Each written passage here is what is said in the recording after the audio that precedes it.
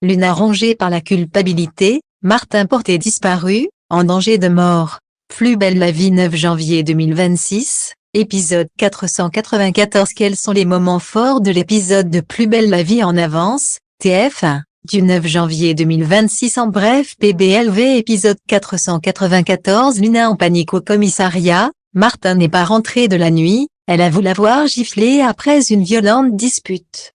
Martin prépare sa fuite vers l'île, caché dans un cabanon, il retrouve Lucie et compte partir en stop dans un utilitaire. Jawa et Ariane signent le bail, la part convoitée par Patrick et Babet leur passe sous le nez, Boé et Léa jubilent. Thomas impressionné par Vanessa, il assiste à sa masterclass en auditeur libre et la couvre de compliments sur son cours.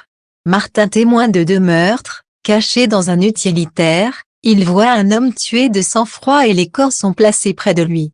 Plus belle la vie en avance, la panique gagne Luna. Luna débarque au commissariat, elle dit à Idriss que Martin n'est pas rentré de la nuit.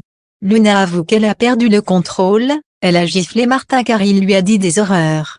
Luna est en panique. Idriss la rassure, il va lancer un signalement.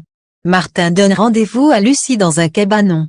Il lui a demandé de lui ramener de l'eau et un vêtement chaud, la veste de Boé.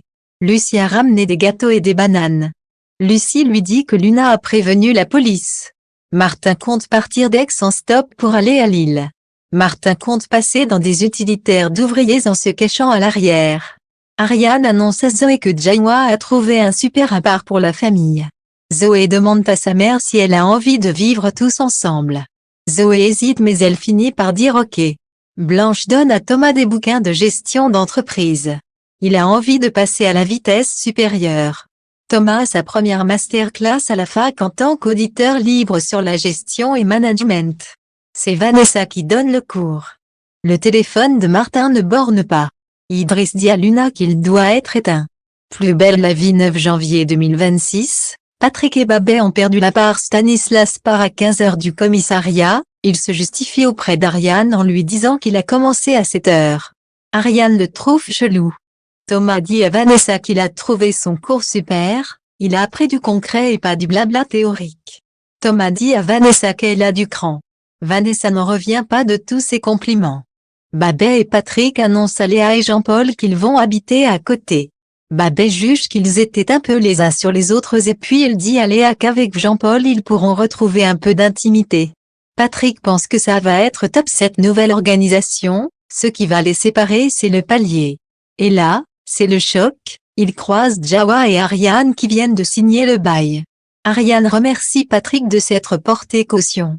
Boé et Léa jubilent. Luna est à bout, elle se confie à Thomas et Myrtha. Thomas tente de la rassurer, avec Gabriel ça leur est arrivé aussi. Ils ont giflé. Martin assiste depuis l'utilitaire où il est caché à 2 meurtres, un homme tue 2 personnes de sang-froid. Martin est tétanisé, les corps sont mis à côté de lui pendant le trajet avant qu'il soit enterré. Martin risque gros, il est caché sous une couverture, va-t-il échapper au pire?